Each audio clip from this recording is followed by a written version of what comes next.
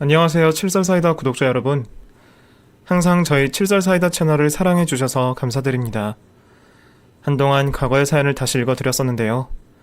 오늘 이후로 다시 새로운 사연으로 찾아뵙겠습니다. 매일 똑같은 사연이 올라와 지루하셨던 분들도 다시 재밌게 시청해주시면 감사하겠습니다. 새해에도 새롭게 리뉴얼된 칠살사이다 많이 사랑해주세요. 사연 시작하겠습니다. 안녕하세요.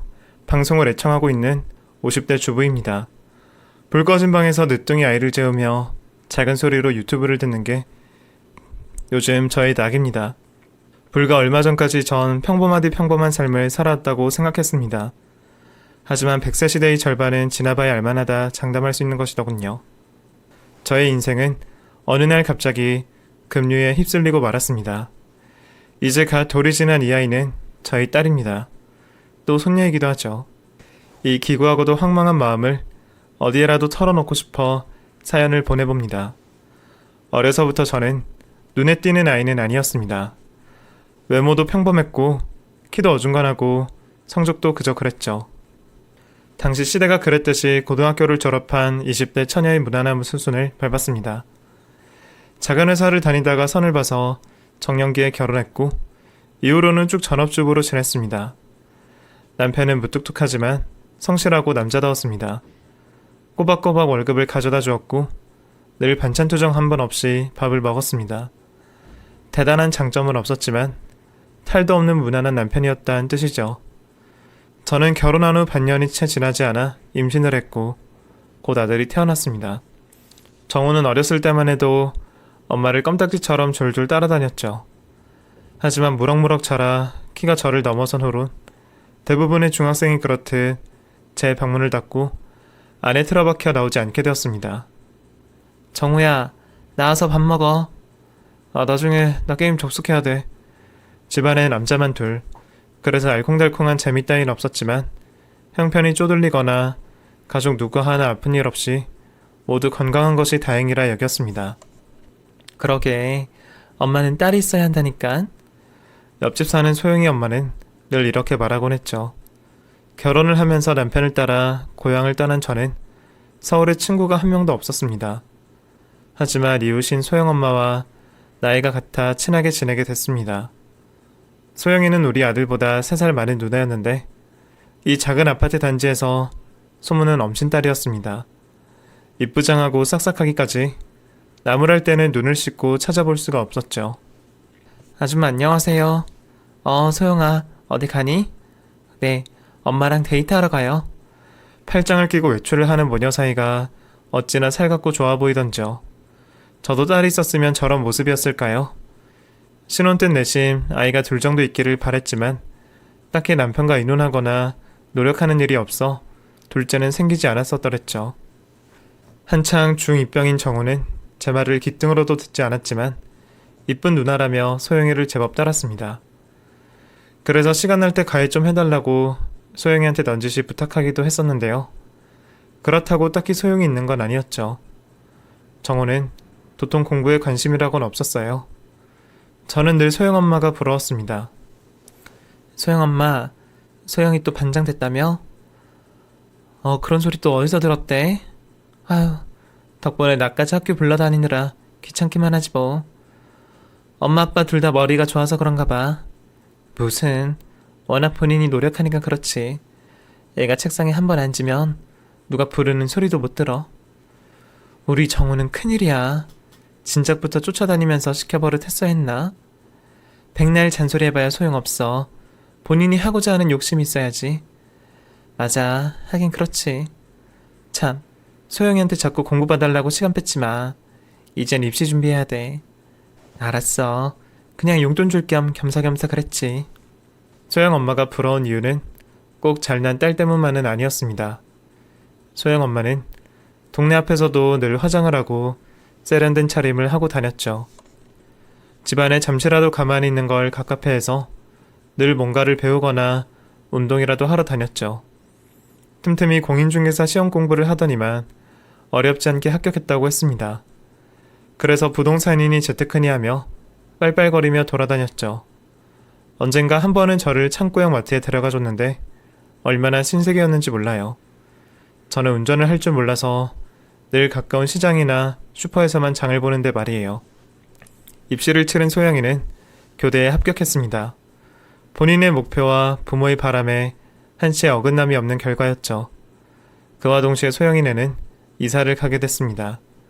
꼭 대학 때문은 아니었고 평수 넓은 프리미엄 아파트를 분양받았다나요. 소영이네로선 격경사였지만 저는 많이 섭섭했습니다.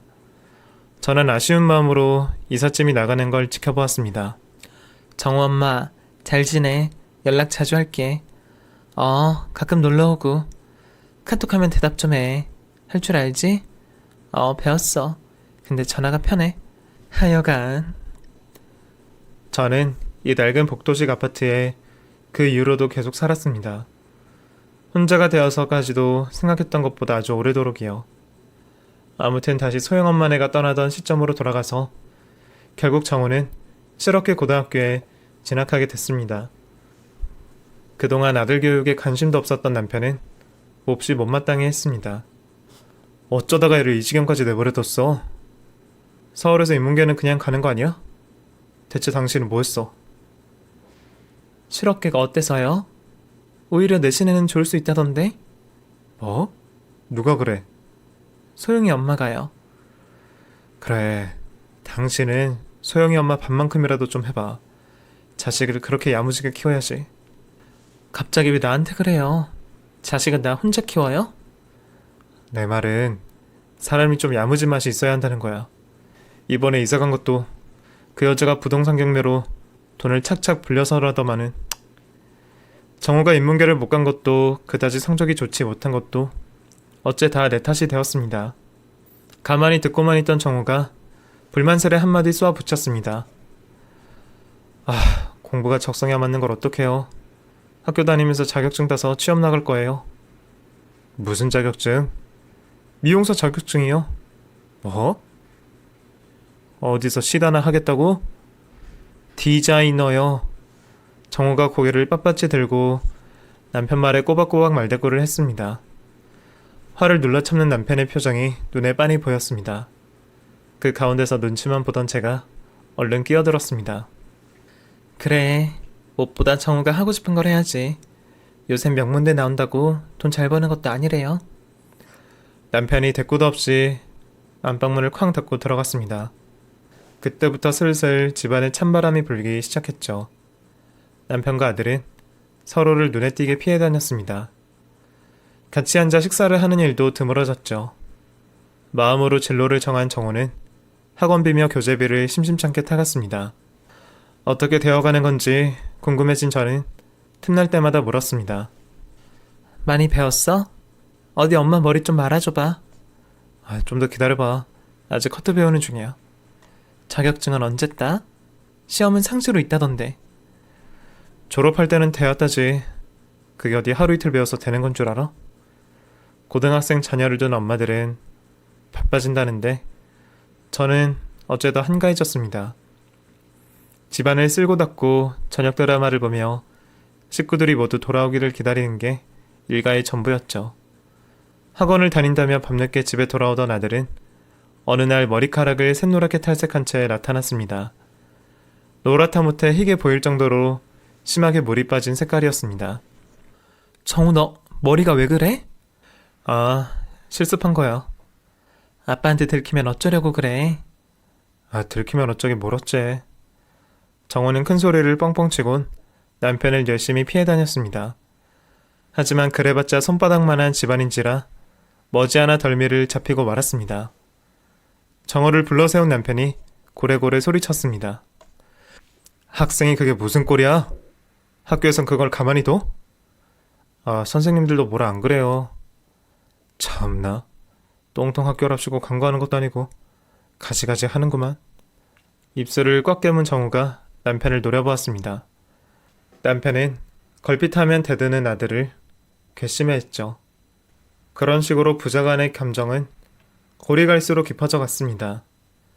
제가 보기엔 둘 다 성격이 닮은 탓도 있었습니다만 다 커버린 아들과 남편 둘 사이에서 어찌할 바 모르고 눈치만 살필 따름이었죠. 일촉즉발의 분위기가 결국 폭발하는 사건이 벌어졌습니다. 어느 날 자정이 다 된 시간에 갑자기 모르는 번호로 연락이 온 거예요. 김정우 학생 보호자 되시죠?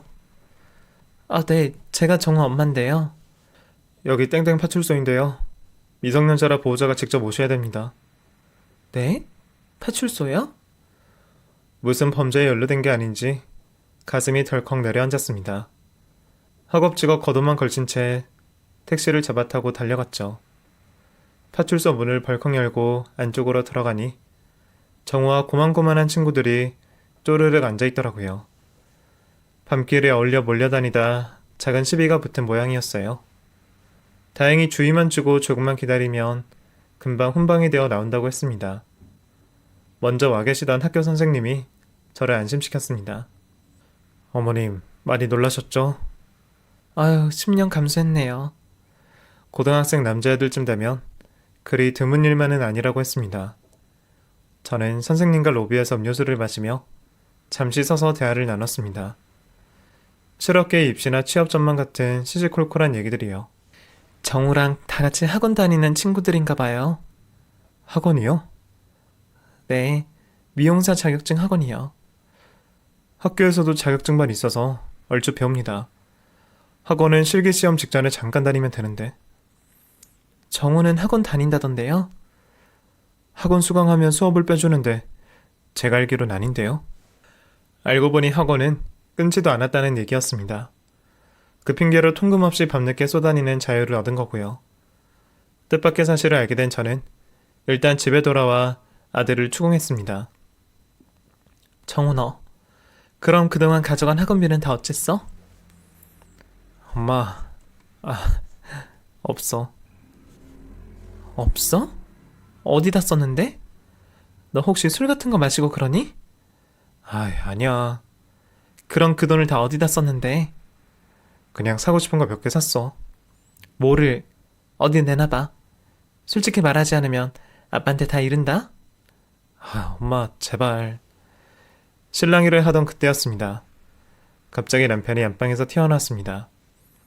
정우와 저는 동시에 합주기가 되었습니다. 나한테 뭘 이르는데? 집을 비운 그 잠깐 사이 기가했던 모양이었어요. 모든 사실을 알게 된 남편의 분노는 잠재울 길이 없었습니다. 이런 놈은 더 이상 말로 해선 안 된다며 손을 들어 정우의 뺨을 철썩 후려쳤습니다. 너 고개 똑바로 안 들어? 입술이 터져 피가 흘러도 멈추지 않았습니다. 아들에게 손찌검을 하는 남편을 처음 본 저는 놀라서 달려들었습니다. 여보, 그만해. 여보. 완강한 무력 앞에 밀려난 저는 바들바들 떨기만 했습니다. 아들의 반항, 남편의 폭력, 무엇이 먼저였을까요? 실로 지옥 같은 밤이었습니다. 꼴도 보기 싫다. 나가라면 못 나갈 줄 알고요? 그 길로 집을 뛰쳐나간 정우는 다시 돌아오지 않았습니다. 그 다음날도 그 다음날도요. 계속해서 전화를 걸어봤지만 받지 않았고 마땅히 연락처를 아는 친구도 없었습니다. 남편은 신경도 쓰지 말라고 름장을 놓았지만 제 속은 타들어만 갔습니다. 돈이 떨어지면 들어오겠거니 싶다가도 어디서 굶고 다니는 게 아닌가 걱정되어 몰래 계좌로 돈을 붙였습니다. 훌쩍 그렇게 1, 2주가 지나갔습니다.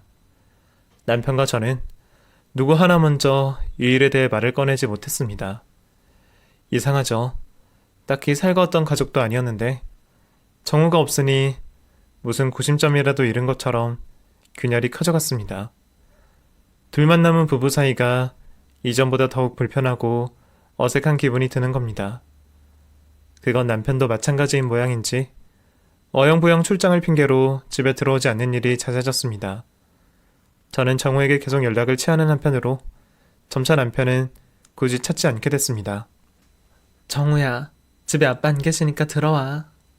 정우는 그래도 문자에는 드문드문 답장을 하기 시작했습니다. 엄마, 친구네서 지내고 있어. 걱정하지 마. 옷이라도 챙겨가든가. 날 추워진다. 안 죽어. 남자들은 참 지독하더라고요. 저는 하루도 집을 떠나 살 수 없을 것 같은데 또 한두 달이 지나고 계절이 바뀌었습니다. 시간이 참 빠르더군요.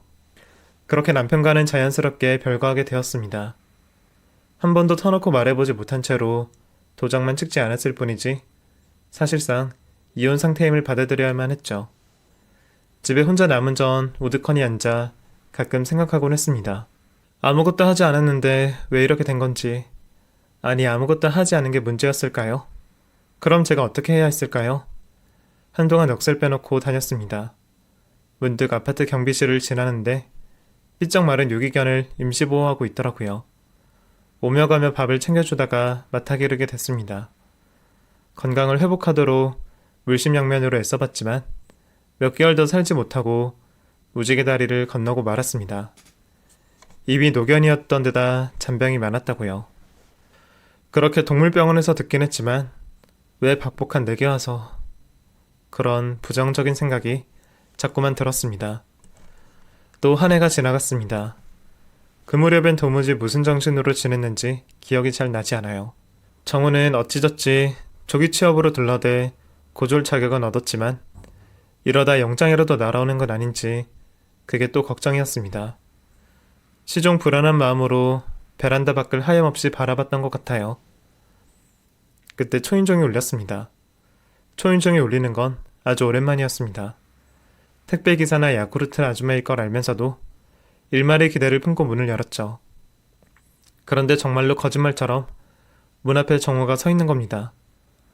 엄마. 정우야. 그리운 얼굴을 마주하는 순간 눈물이 핑 돌았습니다. 드디어 집으로 돌아왔구나 싶었죠. 그런데 아들의 표정이 좀 이상했습니다. 얼싸안고 얼른 집 안으로 들이려는데 선뜻 들어오지 않고 현관 앞에서 머뭇대고만 있는 거였습니다. 포대기 하나를 품에 안은 채였습니다. 가만 보니 그 안에선 갓난아이가 꿈을 대고 있었죠. 누구 애야? 내 딸이야. 반가움도 잠시뿐 놀란 저는 그만 뒤로 넘어갈 뻔했습니다. 뭐라고? 너 나 몰래 결혼했어? 그건 아닌데. 저도 모르게 꽥소리치며 정우를 다그쳤습니다. 뭐가 아니야? 그럼 누가 낳았는데?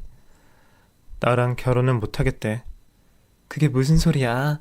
차근차근 좀 얘기해봐. 두서없는 말들을 종합해보니 이랬습니다.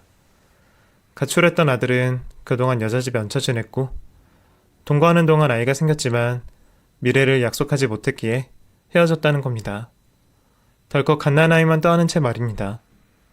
이게 대체 무슨 날벼락인가 싶었죠. 찬물을 연거푸 들이킨 저는 겨우 진정하고 물었습니다. 그래서 친엄마는 대체 어디서 뭐하는 여잔데? 아들은 갑자기 꿀먹은 벙어리처럼 입을 다물었습니다. 미심쩍게 보며 단서를 찾던 제가 물었습니다. 혹시 미성년자는 아니지? 엄마. 엄마는 나를 어떻게 보고. 그럼 몇 살인데? 누군데? 아무리 캐물어도 친엄마에 대한 것만은 작정이라도 한 듯 묵묵부답이었습니다. 결국 포기한 저는 길게 한숨을 내쉬며 아이의 얼굴을 들여다봤습니다. 얼굴만 보아선 성별도 가늠하지 못할 만큼 그야말로 신생아였습니다. 아들과 제법 닮은 구석이 있는 것도 같았지만 섣불리 정이 드는 건 금물이었죠. 애는 엄마가 키워야지. 왜 네가 데려와? 나랑 같이 키우는 것도 싫고 혼자 키우는 것도 싫다잖아. 그럼 별 수 있냐? 입양을 알아봐야지. 어떻게 그래. 내가 키울 거야. 네가? 우리가. 정우가 눈을 쓱 피하며 말끝을 흐렸습니다. 저 철딱선이 없는 놈 때문에 가슴이 미어지는 것 같았습니다. 아들 옆에 가까이 앉아 무릎을 토닥이며 좋게 좋게 타일렀습니다. 요즘 세상에 미혼모도 아니고 미혼부로 살기 얼마나 힘든지 아니? 너 이제 갓 20인데 앞으로 장가는 어떻게 갈래? 장가? 그래, 애 딸린 총각이면 뭐. 애 딸린 이혼남보다 조금 낫다 뿐이지. 쉽게 새장가 될 수 있을 줄 알았니? 정호의 표정이 눈에 띄게 침울해졌습니다. 그래서 결혼해서 같이 키우고 싶었는데 나랑은 싫다잖아. 아픈 데를 찌르는 저의 마음도 좋지 않았습니다. 10대 때 여자친구 사귄다는 소리를 딱히 듣지 못했으니 아마도 아들한텐 첫사랑이었을 텐데 말이에요. 출생신고를 아직 못했어. 그래서 말인데. 어. 그럼 엄마 호적에 올려주면 되잖아. 뭐? 상상치도 못했던 기발한 아이디어에 어이가 없었습니다. 하늘에서 갑자기 아들의 딸이 뚝 떨어진 것도 경악스러운데 내 딸이라니요. 엄마 예전부터 딸 갖고 싶다고 했잖아. 그거야. 너 한 5살 때지. 아주 뻔뻔하기가 한량 없었습니다. 2년 만에 나타나서는 폭탄을 던져놓은 아들놈은 이제야 한시름 놓았다는 투로 제 방을 찾아 들어갔습니다. 그대로라고 좋아하더니만 곧 태평하게 코를 골며 잠이 들더군요. 제 딴엔 고생을 했다 이거겠죠. 발등에 불이 떨어진 건 저 혼자였습니다. 애를 키우는 법을 잊은 지 아주 오래되었거든요. 병원에서 챙겨준 건지 기저귀나 젖병같이 당장 필요한 최소한의 것들만 있었습니다. 요를 두툼하게 깔아 아기를 눕히고 분유를 타서 먹이고 손빨래를 하고 한바탕 난리를 치르고 나니 한밤중이더군요. 저녁밥을 거른 줄도 몰랐습니다. 녹초가 되어 누웠지만 도무지 잠이 올 것 같지 않았습니다. 가슴속에 집채만한 바위 하나가 얹힌 기분이었습니다. 땅이 꺼져라 한숨을 쉬고 있는데 마침 소영엄마에게서 전화가 걸려왔습니다. 여보세요. 왜 목소리가 다 죽어가? 무슨 일 있어? 무슨 일? 오늘 정우가 집에 왔어. 진짜? 너무 잘 됐다. 그렇지, 맞아. 근데 왜 그래? 좋아서 춤을 춰야 하는 거 아니었어? 한참을 망설이던 저는 전부 털어놓고 말았습니다. 낯이 뜨거웠지만 누구에게라도 하소연하지 않으면 답답해 견딜 수가 없을 것 같았죠. 자초지종을 들은 소영엄마는 혀를 내둘렀습니다. 이 상황에 이런 말하기 그렇지만 자기 아들 진짜 대단하다. 아니라고는 말 못하겠네. 그래서 애엄마가 누구라는데? 글쎄, 아무리 물어도 대답을 안 해. 혹시 말이야, 없어 여자는 아니겠지? 순간적으로 기분이 나빴지만 잘 생각해보니 아주 일리가 없는 말은 아닌 것 같았습니다. 그러니까 애를 못 키우겠다, 결혼을 못하겠다 하는 건 아닐까. 엄습하는 불길함을 떨치듯 말을 돌렸습니다. 난 그렇다 치고 자기는 어때? 소영 아빠는 잘 지내시지? 우리 남편이야 늘 똑같지. 소영이는? 임용고시는 붙었는데 대기발령이 영 길어진다네. 아유 그래? 축하해. 아휴 자긴 좋겠다. 진짜 자식이 속 안 썩이는 것도 복이다 싶네. 극과 극이긴 하지. 정우처럼 속 썩이기도 쉽지 않잖아.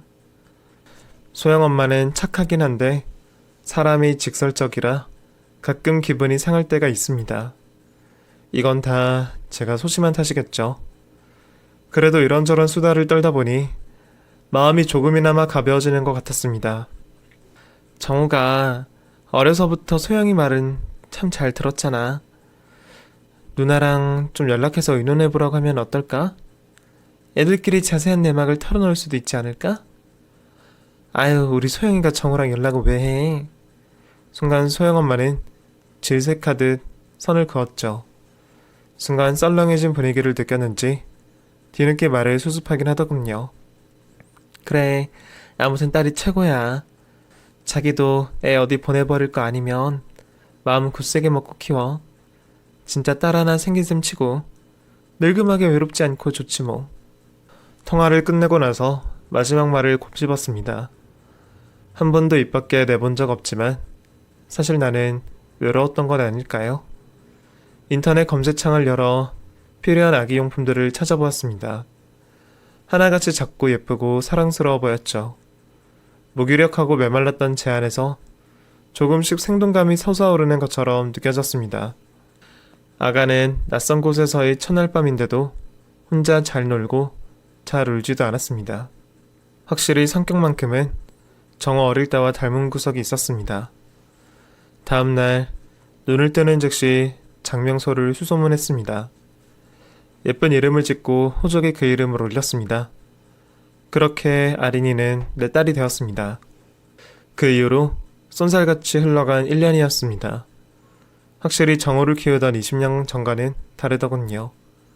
비교할 수 없을 정도로 몸은 힘들었지만 비교할 수 없는 기쁨 또한 느꼈습니다. 어느덧 달력에 큼지막하게 표시해놓은 아린이의 첫 생일이 돌아오고 있었습니다. 100일은 건너뛰었지만 돌잔치만큼은 챙겨야 하는 게 아닌가 싶었어요. 사진이라도 남겨야 나중에 아린이가 커서 할 말이 있을 것 같았습니다. 정우는 그다지 관심 없다는 듯 시큰둥하게 굴었습니다. 아, 잔치는 무슨 잔치야. 초대할 사람 아무도 없는데. 난 부끄러운 건 네 사정이고 아린이한텐 크게 축하할 일이지. 볼멘 소리를 하는 아들을 닥달해 스튜디오를 예약했죠. 떡을 맞춰 돌상도 근사하게 차려놓고 미리 대여해놓은 한복도 갈아입었습니다. 족도리를 쓴 아린이의 모습은 깜찍하기 그지없었죠. 아린아, 여기 보자, 여기. 사진사가 딸랑이를 흔들며 부지런히 셔터를 눌렀습니다. 저는 어딘가 정신이 팔린 정우를 끌어다 같이 사진을 찍었습니다. 뭐 법적으로는 몰라도 어쨌든 아린이는 정우 딸이니까요. 처음엔 쭈뼛대던 정우도 돌잡이 때는 제법 열성적이었습니다. 아린아, 거기! 청춘기! 의사봉! 얘는 무슨 덕을 보려고? 무엇보다 건강하게 오래 살아야지. 아린이는 고르고 고르던 끝에 떡하니 5만원권을 집어들었죠. 먹어줄 사람도 없는 잔치는 금방 끝이 났습니다. 옷을 갈아입고 상에 올랐던 음식을 챙기고 있는데 아이를 보고 있던 정우가 어디론가 사라졌습니다. 화장실에 갔나 근처를 두리번대던 저는 짐을 전부 챙겨 건물 밖으로 나왔습니다. 주차장 쪽에서 아린이 울음소리가 희미하게 들렸습니다. 가까이 다가가니 한쪽에 된 차를 막아서고 누군가와 얘기하고 있는 경호의 뒷모습이 보였습니다. 승용차 운전석에 앉은 여자 얼굴이 어쩐지 낯이 익었습니다. 다름 아닌 소영이었습니다. 그동안 둘이 연락하고 있었던 건가? 저로선 얼굴을 보는 것도 꽤 오랜만이었죠. 이러려고 불렀어? 연락하지 말랬지. 누나, 오늘 우리 딸 돌이야. 사진이라도 한 장 같이 찍고 가. 가만 듣자 하니 대화 내용이 수상했습니다. 처음 듣는 소영이의 냉랭한 목소리는 꼭 싸우는 것처럼 들렸고요. 누가 우리 딸이야. 몰라, 나는. 얼굴 좀 봐. 몰라보게 많이 컸어. 정우가 아이를 번쩍 안아 축혀들었습니다. 엄마야, 엄마. 낯을 가리며 찡찡대던 아린이가 왕 하고 크게 울음을 터뜨렸습니다. 순간 소스라치듯 눈을 피한 소영이는 서둘러 엑셀을 밟아 주차장을 벗어났습니다. 그의 죄책감 어린 표정이라니. 그때 알 수 있었죠. 아린이의 친모가 소영이라는 것을요. 그토록 큰 충격을 받으니 병마가 갑자기 몰려오더군요. 1년간 밤을 지새며 아이 수발을 들어도 끄떡 없었는데 말이죠. 자리 보전을 하고 누운 저는 끙끙 앓았습니다. 심각함을 알기는 알았는지 제 앞에 꿇어앉은 정우가 고개를 떨구었습니다. 엄마, 미안해.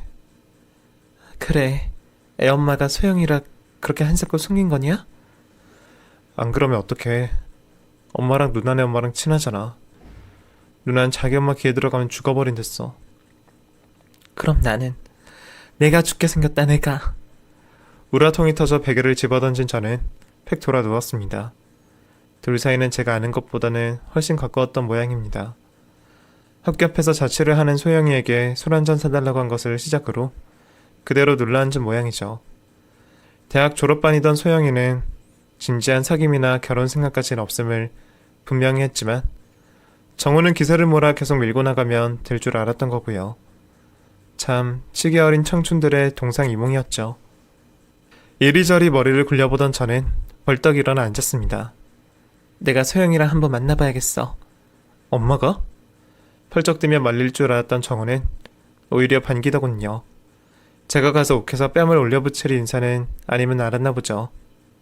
세상 제일 가는 맹탕에 미련퉁이인 걸 모르는 사람이 없나 봅니다. 아, 그래. 엄마가 누나랑 잘 좀 얘기해봐. 그렇게 소영이의 연락처를 받아냈습니다. 정우 연락은 받지도 않는다던데 그래도 제가 만나자니 거절은 하지 않더군요. 카페에 마주 앉은 소영이는 한동안 말이 없었습니다. 내심 저는 그 애가 울며 죄송해야 하는 척이라도 하지 않을까 기대했나 봅니다. 그러나 마주한 얼굴은 차가운 무표정일 따름이었죠. 내 새끼들을 내치다니. 떨떠름하게 두는 치켜뜨고 있어야 마땅한 건 오히려 제 쪽이었습니다. 화로 속이 끌어올랐지만 어떻게든 잘 달래어 둘이 결혼을 시키고 싶었습니다. 그래야 아린이도 제 엄마 속에서 자라고 정우도 미혼부 신세를 벗어나고 가장 원만한 그림이었죠. 지금으로선 달리 뾰족한 수가 없었습니다. 소영아, 나는 네가 똑똑한 애인 줄 알았다. 어쩜 일을 이렇게까지 만들어. 어린 나이에 결혼 생각도 없이 임신을 하고. 실수였어요. 실수? 지우자는데 정우가 제발 낳기만 해달라고 했어요. 자기 애니까 혼자서 어떻게든 알아서 하겠다고요. 그래도 어떻게 이렇게 이쁜 애를 버릴 생각을 해. 준비해간 아린이 사진 몇 장을 꺼내 내밀었습니다. 하지만 소영이는 마음이 약해지지 않겠다는 듯 눈길조차 주지 않았습니다. 저 곧 교사로 부임할 거예요. 자꾸 이러시면 교육공무원이라 문제될 수도 있어요. 둘이 결혼하면 되잖아. 그럼 애 낳은 게 무슨 흉이야. 아줌마, 걔랑 어떻게 결혼을 해요? 소영이가 답답하다는 듯 내뱉었죠. 기가 막히지만 틀린 말이 아니었어요. 정우는 아직까지도 10대 철부지 같기만 했습니다. 딸은 남을 나라 제게 떠맡겨 놓고 틈만 나면 밖에 놀러 다니고 그렇다고 취직해서 돈을 벌 생각을 하는 것도 아니었죠. 아빠가 됐으면 좀 달라져야 한다 잔소리해도 그때뿐. 아직까지도 저렇게 무책임하니 어떤 아가씨들이 믿고 결혼하겠나 싶은 게 사실이었습니다. 그래, 내가 아들을 잘못 키웠나 보다. 응? 아직 어려서 그래. 차차 달라질 거야. 애는 착하잖아. 그러니까 만났을 거 아니야, 너도. 지금처럼 애는 내가 볼게. 너는 그냥 하려던 대로 출근하면 돼. 못난 아들을 둔 죄인가 싶어 낯이 뜨거워졌습니다. 그냥 눈 딱 감고 결혼만 하라고. 우리가 사는 아파트 재개발되면 많이 오를 거라고. 다 너희 줄 거라고 온갖 가만히서를 동원해 애원이라도 하듯 말했습니다. 하지만 소영이는 조금도 흔들리지 않았습니다. 아줌마, 한 살이라도 더 어릴 때 입양 알아보세요. 현실을 생각하셔야죠. 소영아, 저희만 가볼게요. 소영아, 네 딸 이름은 아니? 끝내 대꾸하지 않은 채 소영이는 도망치듯 카페를 나갔습니다. 자존심을 무릅쓰고 빌다시피 했건만 끝내 거절당하고 나니 몹시도 비참한 기분이었습니다. 어쩜 같은 엄마인데 저렇게도 냉정할 수 있을까요? 한참을 우두커니 앉아있다 밖으로 나오는데 비가 오려는지 날씨조차 우중충하더군요. 길가로 나와 택시를 잡으려는데 가방 속에서 핸드폰 벨소리가 울렸습니다. 정우였습니다. 엄마 어디 나갔어? 언제 와? 가고 있어. 아린이가 아무리 달래도 울음을 안 그쳐. 배가 고픈가? 똥 쌌나? 왜 나한테 물어봐? 갑자기 속에서 천불이 나 전화를 그냥 뚝 끊어버렸죠. 아파트 복도에서부터 애기 우는 소리가 울렸습니다. 삽시간에 거실이 개판이 되었더군요. 우는 애를 달래랴 기저귀를 들춰보랴 쩔쩔매던 정우가 반갑게 저를 돌아봤습니다. 그 천연덕스러운 낯짝을 보니 내내 참았던 우라가 폭발했습니다. 온 힘을 실은 손바닥으로 등짝을 철썩철썩 갈겼습니다. 그러게 하루도 애를 못 봐? 그러게 단 하루도? 책임지지 못할 거면서 일을 버려 버리길. 아, 아파. 죽는 소리를 하며 피해 다니는 정우의 뒤를 쫓으며 악을 썼습니다. 아린이 학교 들어가면 나는 환감이다 이놈아. 나 죽으면 어떻게 할래? 나라고 평생 살 것 같니? 엄마 왜 그런 말을 해? 바닥에 주저앉아 꺼이꺼이 눈물을 쏟는 저를 보던 정우도 울먹이기 시작했습니다. 내가 이렇게 화를 내는 모습을 처음 본다면서요. 그래요. 마음 하나는 여린 녀석이었죠. 그러니까 애를 지우지도 멀리 보내지도 못하겠다는 거겠죠. 다 큰 어른들의 통곡에 오히려 아린이가 가장 먼저 울음을 멈췄습니다. 그렇게 기나긴 하루가 지나갔습니다. 제대로 식사다운 식사를 차려 먹지 못한 지도 한참 되었습니다. 기운을 쭉 빼고 넉다운이 된 우리는 겨우 전화기를 들어 배달 음식을 주문했습니다. 온 가족이 모여있을 때 즐겨 시켜 먹던 중국집이었습니다. 엄마, 나 여기 짜장면이 그렇게 먹고 싶어서 생각나더라. 그래서 예정보다 집에 일찍 돌아온 거야. 원래는 아린이 ABC 때문에 돌아올랬는데. 웃기고 있네. 그렇게 저녁을 때우고 나서 밖에 그릇을 내려온 정우가 설거지까지 하겠다며 부지런을 떨었습니다. 웬일인가 싶어 뒤에서 구경하고 있자니 수돗물 소리 사이로 우물쭈물한 목소리가 섞여 나왔습니다. 엄마, 앞으론 속 안 썩일게. 뭐랄까요? 맥이 탁 풀리는 기분이었습니다. 안 속아. 아, 진짜야. 누가 뭐래도 피는 물보다 진한가 봅니다. 남편이랑은 갈라서도 애엄마랑은 헤어져도 우리 셋은 혈연으로 똘똘 묶인 거였죠.